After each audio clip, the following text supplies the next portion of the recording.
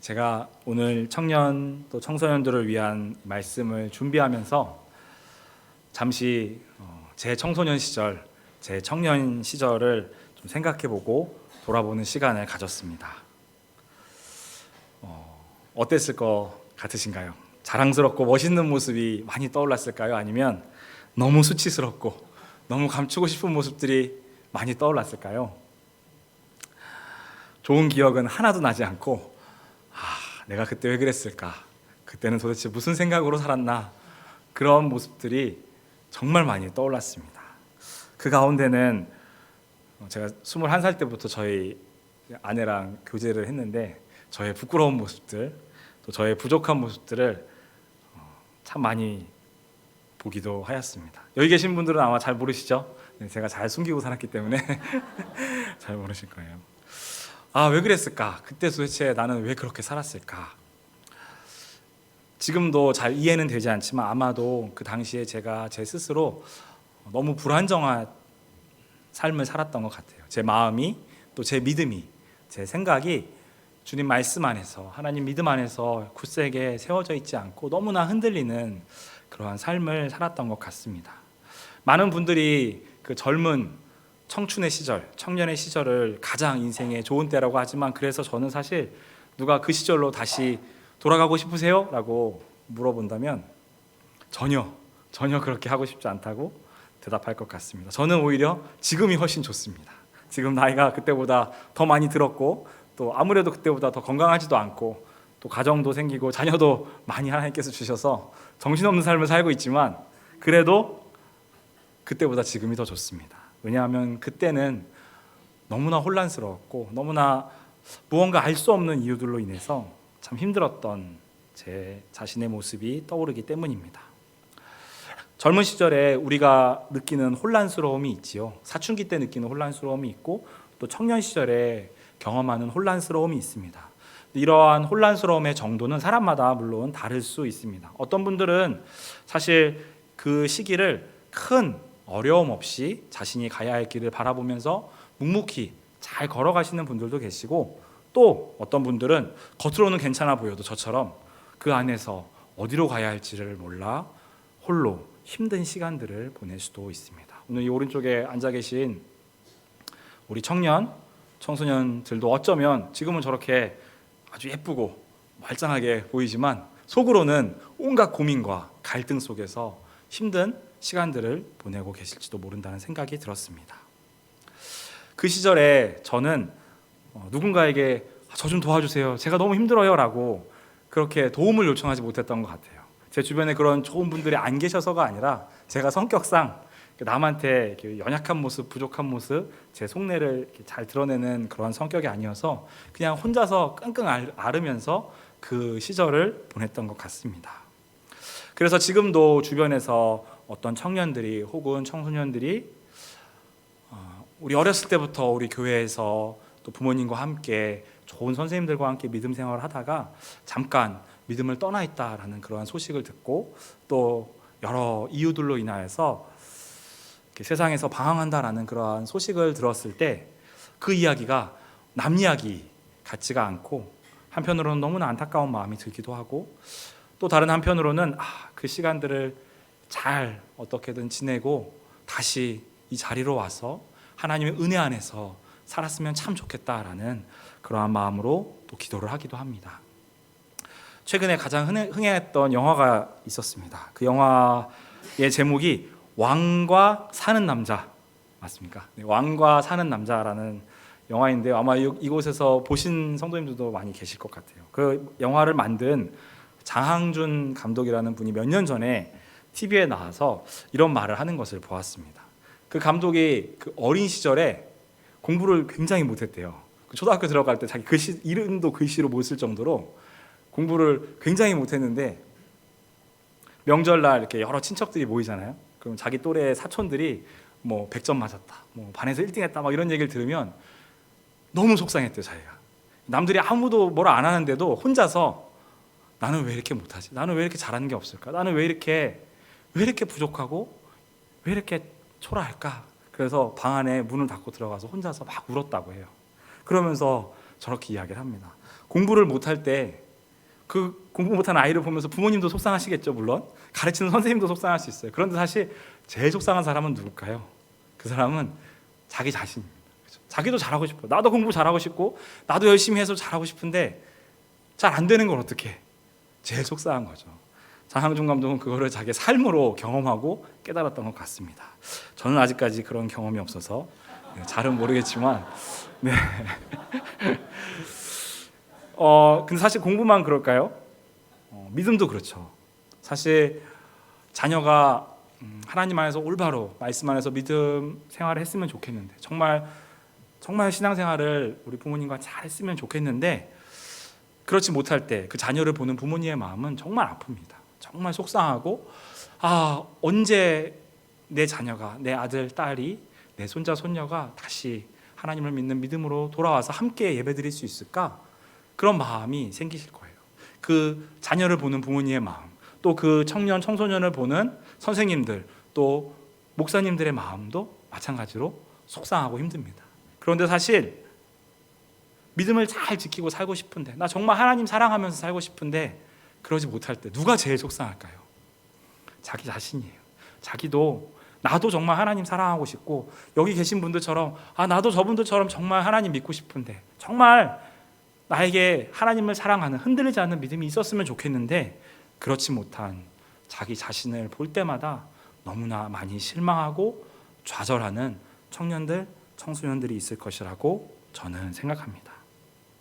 오늘 우리가 선한 사마리아인의 비유라고 그렇게 알고 있는 이 누가복음 10장 예수님의 말씀을 통하여 쓰러져 있는 이를 다시 일으켜 세우는 그 믿음의 힘, 사랑의 힘에 대해서 함께 말씀을 나누기 원합니다.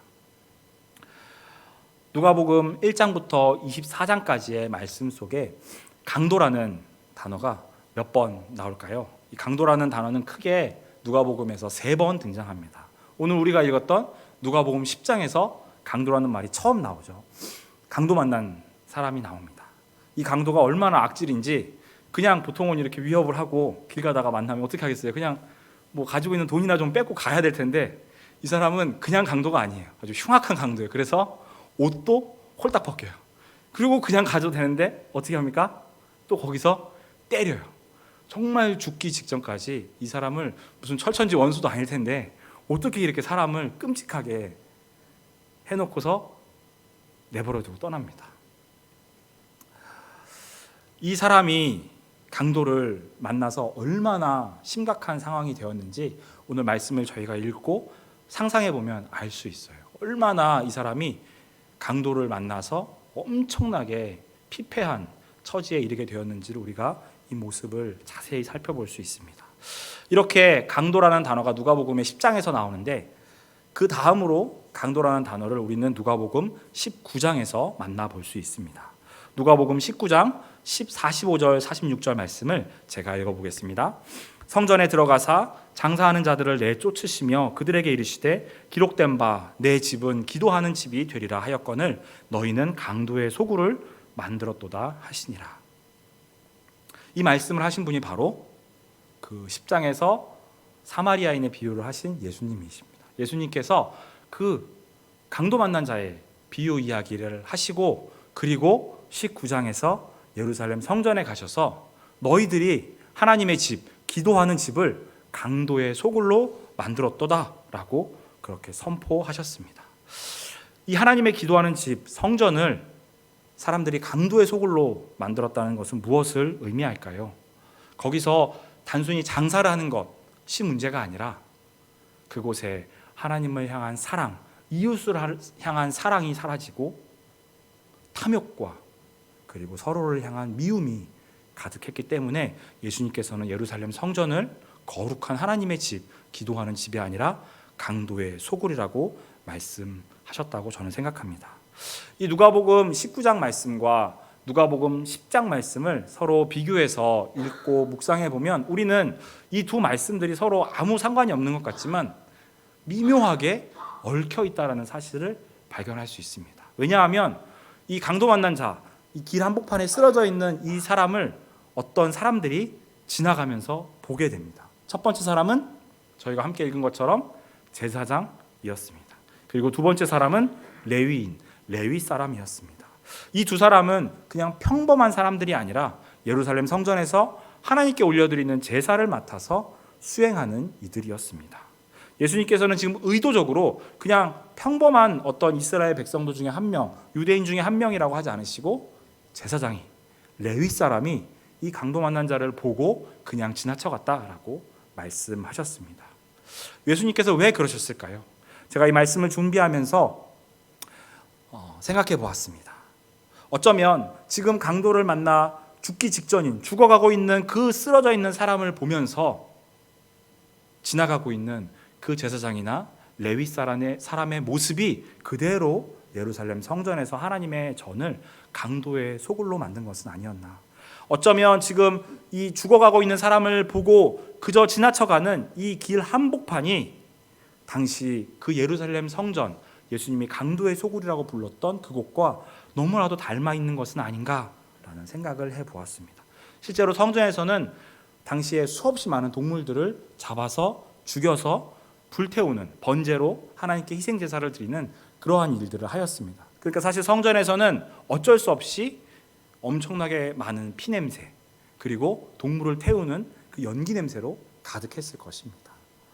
하나님의 가장 거룩한 전, 하나님의 기도하는 집이 하나님께 드리는 제사로 인해서 피냄새가 가득하였던 것이죠. 아마 지금 제사장과 레위 사람이 지나가고 있는 그 길 한복판도 마찬가지로 피냄새가 진동을 하였을 것입니다.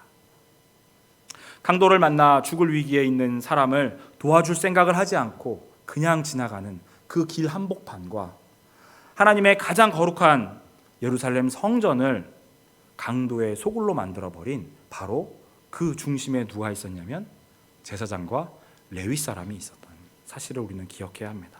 사실 이 말씀은 여러분들을 향한 말씀이 아니에요. 저희를 향한 말씀입니다. 왜냐하면 제사장이나 레위 사람은 오늘로 치자면 목사님, 전도사님이기 때문에 그래요. 저희가 사실 제일 두렵게 이 말씀을 받아야 됩니다. 하나님을 예배드리는 이 거룩한 하나님의 전이, 하나님의 집이 이 세상에서 가장 거룩한 곳이 되어야 하는데 오히려 가장 탐욕스러운 곳이 될 수도 있다는 사실을 저는 두려운 마음으로 이 말씀을 통해서 받았습니다. 그리고 당장 이 생명이 꺼져가는 지금 이 길 한복판 위에서 제사장과 레위 사람은 아무 일도 하지 않고 그곳을 지나갑니다. 거기에서 조금도 우리는 하나님의 사랑과 은혜를 찾아볼 수 없는 것이죠. 제가 누가복음에서 강도가 총 3군데 등장한다고 말씀을 드렸습니다. 마지막 구절은 어디일까요? 바로 누가복음 22장 말씀입니다. 저희가 다 같이 한 목소리로 한번 누가복음 22장 52절 53절 말씀을 읽어보도록 하겠습니다. 시작. 예수께서 그 잡으러 온 대제사장들과 성전의 경비 대장들과 장로들에게 이르시되 너희가 강도를 잡는 것 같이 검과 몽치를 가지고 나왔느냐? 내가 날마다 너희와 함께 성전에 있을 때에 내게 손을 대지 아니하였도다. 그러나 이제는 너희 때요 어둠의 권세로다 하시더라. 이제 이 말씀에서 또 우리는 공교롭게도 한 사람의 이름을 발견하게 됩니다. 누군가요? 바로 대제사장이죠. 예수님을 강도처럼 잡으러 온 그 사람들 중에 또다시 제사장의 이름이 등장하고 있습니다. 이 세상에서 가장 거룩한 장소가 되어야 할 성전을 강도의 소굴로 만들었던 그 장본인, 바로 제사장과 레위 사람들, 그 사람들은 또한 동시에 이 세상에서 가장 거룩하신 분이신 예수님을 잡으러 오면서 마치 강도를 체포하러 오듯이 검과 몽둥이를 가지고 왔던 것입니다. 이렇게 누가복음 10장과 19장 그리고 22장을 통하여 우리는 사실 전혀 다른 부류의 사람인 것 같은 제사장과 강도가 서로 은밀한 방식으로 연결되고 있음을 발견할 수 있는 것입니다. 제사장과 그 제사장이 하나님께 예배를 드리는 성전은 사실 그 자체로 정결하고 거룩한 곳은 결코 아닙니다. 왜냐하면 성전이라고 하는 곳은 깨끗한 곳이 아니라 이스라엘 모든 백성들이 자기의 죄를 짊어지고 가지고 오는 곳이기 때문이에요. 그리고 구약의 율법에 따르자면 죄는 한 사람의 죄로 끝나지 않습니다. 그것이 만지는 물건에 혹은 함께하는 사람에게 옮습니다. 전염이 되죠. 다시 말하면 이스라엘 전역에 있는 모든 백성들이, 유대인들이 자신의 죄를 가지고 예루살렘 성전으로 온다면 사실은 이 세상에서 가장 죄로 가득한 곳은 어디냐면 또 예루살렘 성전입니다. 가장 거룩해야 할 하나님의 성전이 또한 죄로 인하여 더러워지기 가장 쉬운 곳이기도 합니다. 그렇기 때문에 이 예루살렘 성전이 그 자체로 가장 이 세상에서 거룩한 곳이 될 수는 없는 것이죠. 예루살렘 성전을 거룩하게 하는 것, 거룩하게 만드시는 분은 누굴까요? 바로 하나님이십니다. 사람들이 동물을 가지고 와서 제사를 드리고 하나님께 용서를 구할 때 그들의 죄를 깨끗게 하시고 그들을 용서하시는, 다시 그들을 용납하시는 분이 바로 하나님이십니다. 성전을 거룩하게 만드는 것, 그것은 건물이 아닙니다. 또한 거기서 섬기는 제사장도 아닙니다. 거기서 드리는 희생 제사도 아닙니다. 성전을 거룩하게 만드는 바로 그것은 이스라엘 백성들을 불쌍히 여기시고 그들의 죄를 용서해 주시는 하나님의 자비입니다. 오직 하나님의 자비만이 성전을 거룩하게 만드는 것이죠. 이 사실을 사람들은 너무나 쉽게 잊어버립니다. 마치 자신들이 지은 웅장한 예루살렘 성전이 혹은 그 안에서 하는 자신들의 예배라고 하는, 제사라고 하는 그 행위가 성전을 거룩하게 만든다고 크게 심각하게 착각을 하는 것입니다. 그리고 그렇게 착각하는 사람들은 반드시 하나님의 거룩한 집을 가장 더럽게 만들고 하나님의 가장 존귀하신 그 하나님의 아들을 가장 잔인하게 대하게 될 것입니다. 우리는 지금 다시 누가복음 10장으로 돌아와서 세 번째 사람을 보기 원합니다. 제사장과 레위 사람, 그 다음은 누굴까요? 바로 사마리아 사람입니다. 그 사람은 어떤 사람인지 모르겠어요. 얼마나 믿음이 좋은 사람인지, 제사장이나 레위 사람처럼 성전에서 그렇게 예배를 잘 드리는 사람인지 잘 모르겠어요. 심지어 그 사람은 유대인도 아닙니다. 혼혈인이죠. 우리가 이 사람을 흔히 선한 사마리아인이라고 부릅니다. 그런데 사실 저희가 말씀을 잘 읽어보면 이 사람이 선하다라는 말은 나오지 않습니다. 성경 말씀은 이 사마리아 사람에 대해서 이렇게 설명하고 있습니다. 이 사람은 강도 만난 자를 불쌍히 여겼다. 그리고 그를 돌보아 주었다. 그리고 그에게 자비를 베풀어 주었다 라고 말하고 있습니다. 특히 우리가 주목해서 보아야 할 단어는 바로 자비입니다.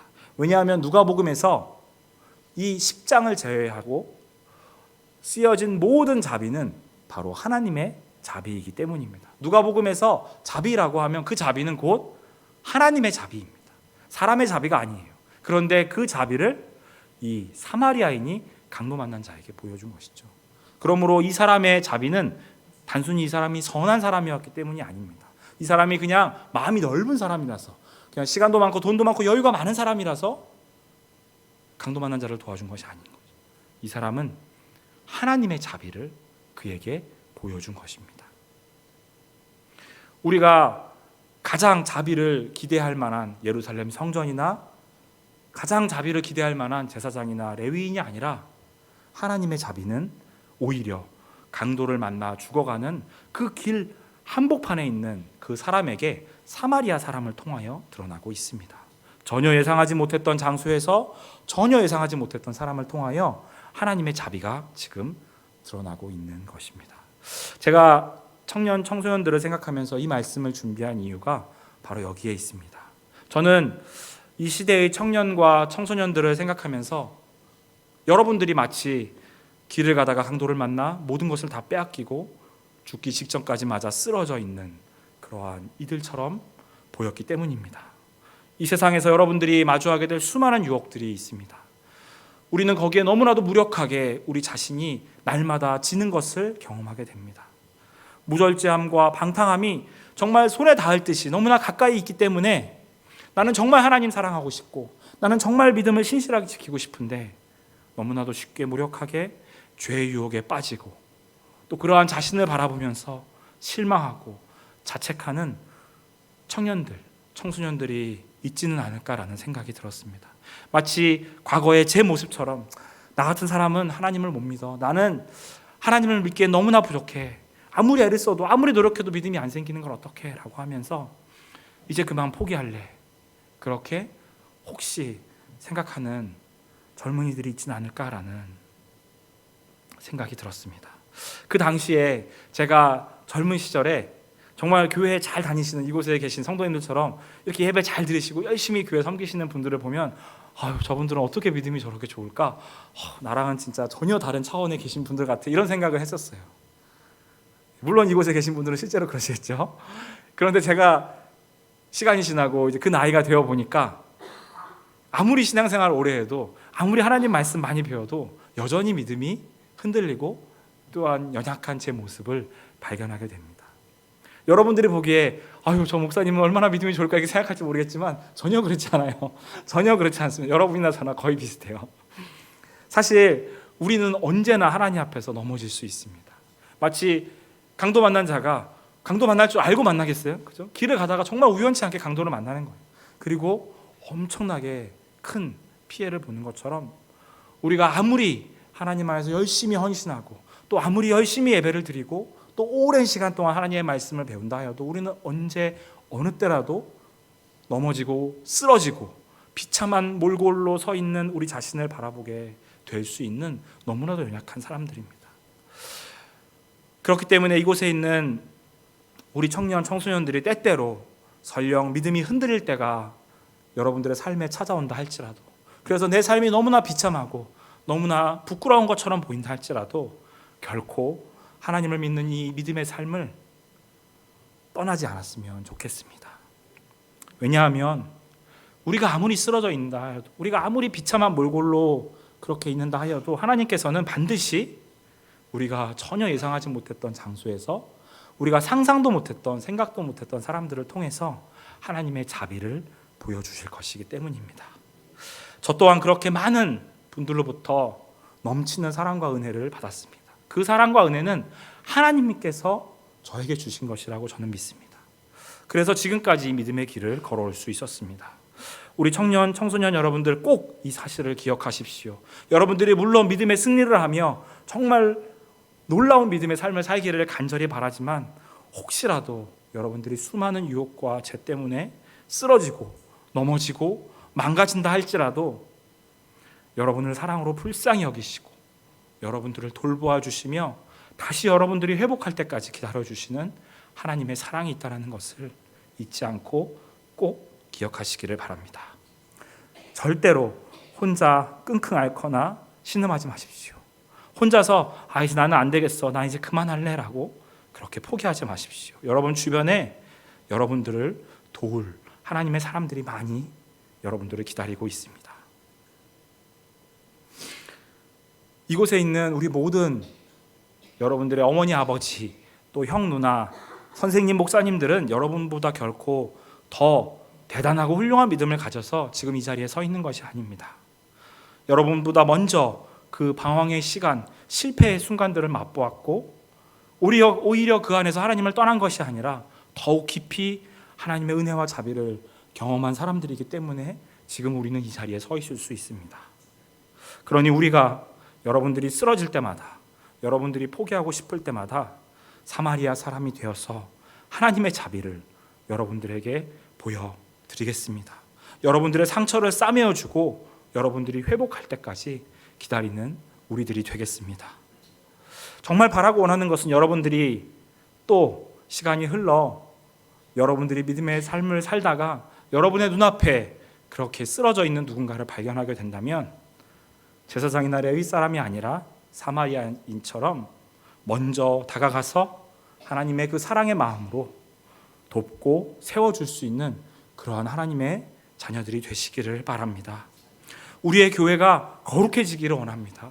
우리의 교회를 거룩하게 만드는 것은 이 아름다운 교회 건물이나 예배당이 아닙니다. 물론 저와 같은 사역자들도 아닙니다. 우리가 있다고 해서 예배당이 거룩해지고 우리가 있다고 해서 교회가 거룩해지는 것이 아니죠.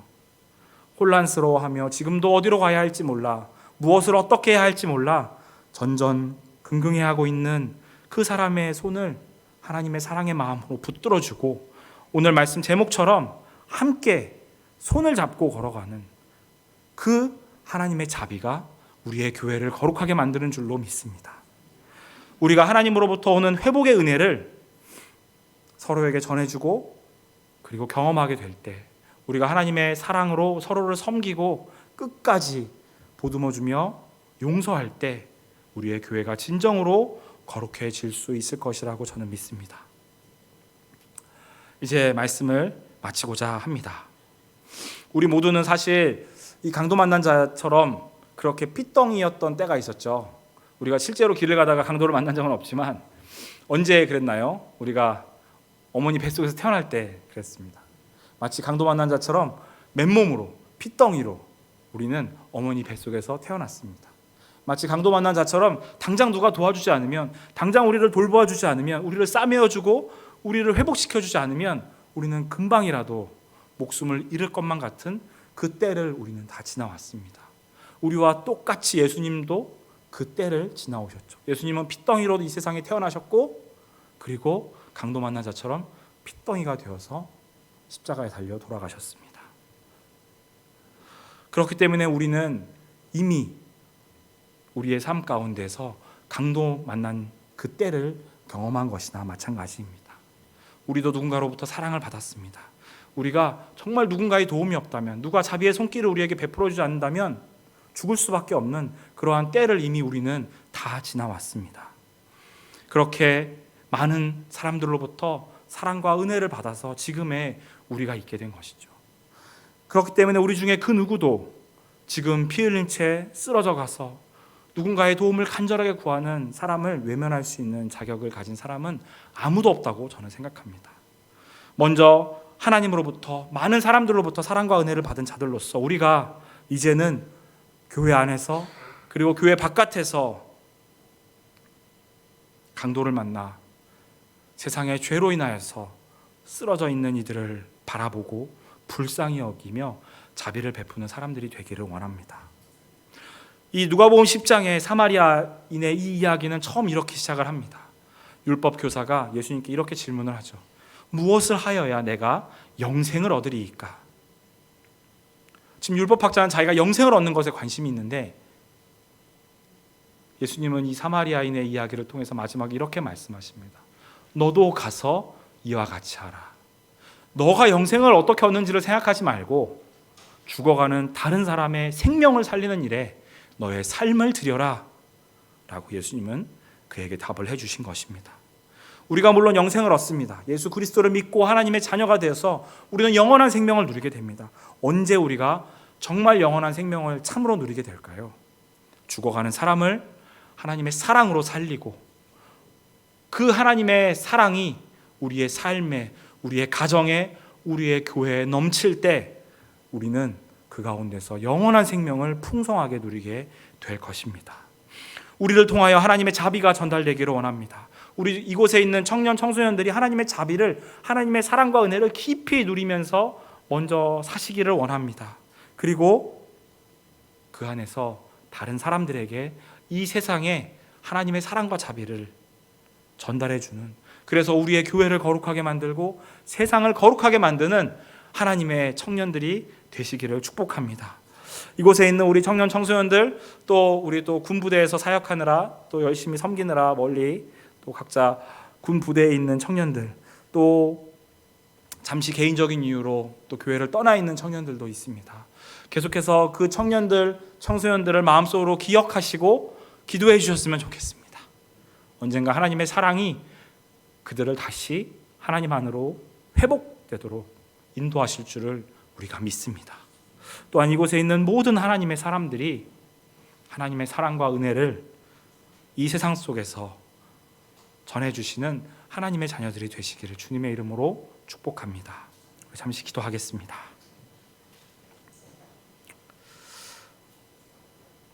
하나님, 이 자리에 있는 우리 모두가 우리 자신의 믿음으로 이곳에 결코 서 있지 않음을 고백하기 원합니다. 우리는 다 강도 만난 자처럼 쓰러져 죽을 수밖에 없는 운명이었지만 하나님이 우리를 살려주셨고 하나님이 지금까지 우리를 인도해 주셨습니다. 하나님, 지금도 강도 만난 자처럼 쓰러져 있는 자들이 있다면 우리가 하나님의 사랑을 전하는 자들이 되게 하여 주시옵소서. 우리가 경험하였던 그 하나님의 자비가 우리를 통하여 다른 이들에게 전해질 수 있도록 그렇게 우리의 교회를, 우리의 삶을 거룩하게 하나님 사용하여 주시옵소서. 우리가 이 시간 그렇게 하나님 앞에 결단하고 믿음의 삶을 걸어가는 모든 하나님의 자녀들이 되기를 원합니다. 예수 그리스도의 이름으로 기도하였습니다.